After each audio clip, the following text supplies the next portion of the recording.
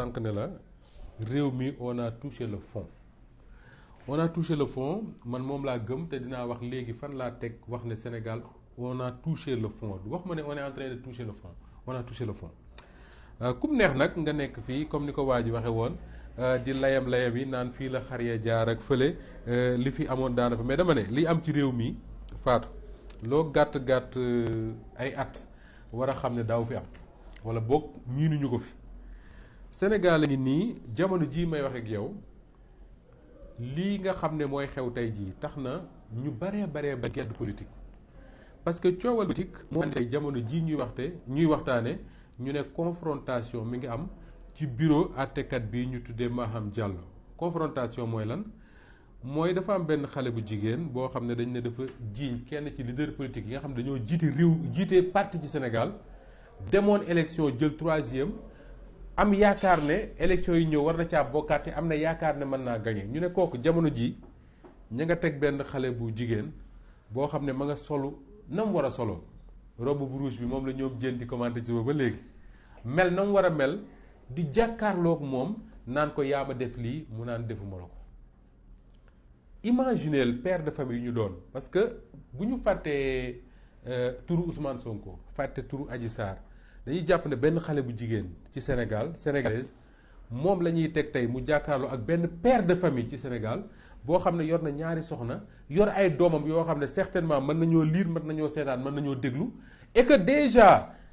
waxuma sax suba mais déjà la presse commencé nañ et suba dañ koy gën a dàbbali di wax naan lii moo xewoon ca bureau juge ba ay doomam bu ñuy jàng école certainement dañuy lire li nga xam ne moom la ñu wax seen papa tey wala dinañ ko dégg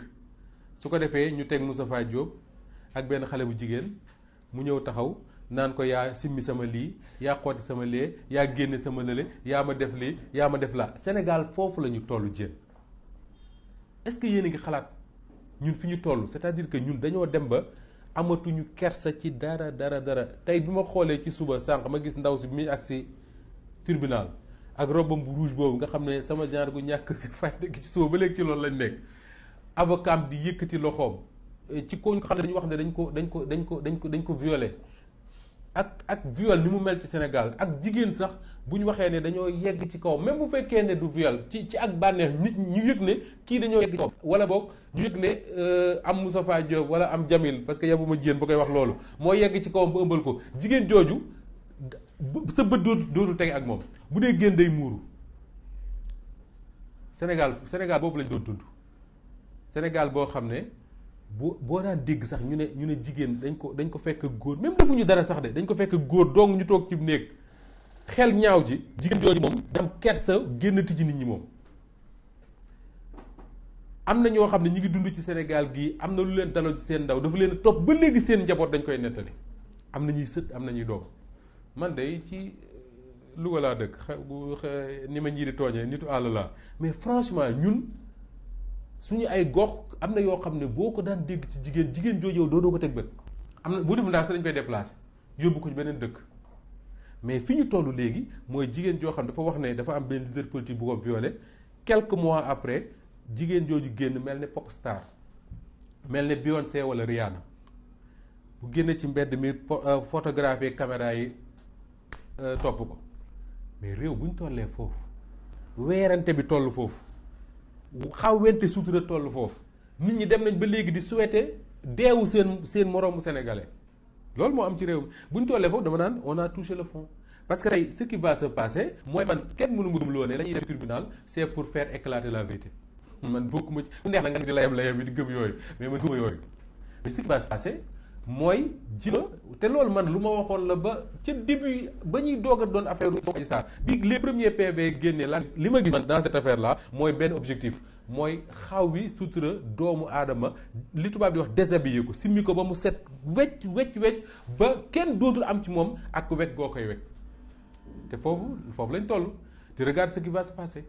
ñi ngi ci audition bi ñu ngi ci confrontation bi déjà quand tu lis certains échanges yu gars yi def ci page Facebook yi di nga gis déjà que ni ñi ngi commencé di génne la nga xam ne moo fa xew te génn ca ña ko fekk génnaguñu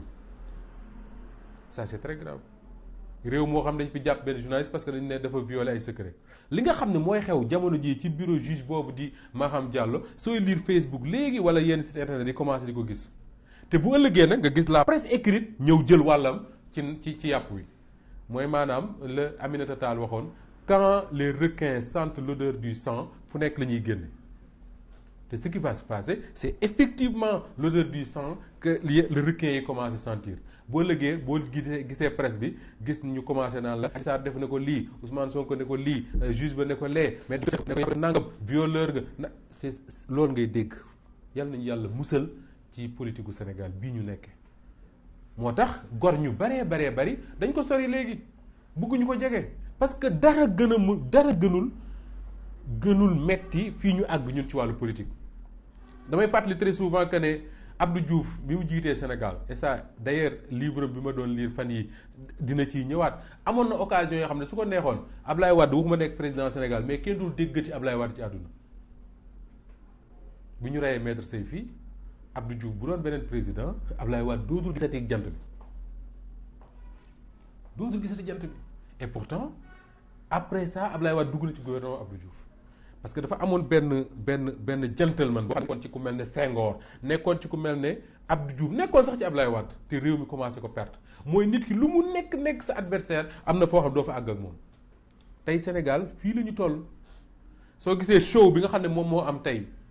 bi gars yi di ñëw tribunal lire li nga xam ne moom la presse nar a commencé bind te bu subaa ñu nar koo ni ñu koy waxee sax ñu nar koo dàbbali nga xam ne réew mi on a touché le fond kenn bëggatul nekk homme politique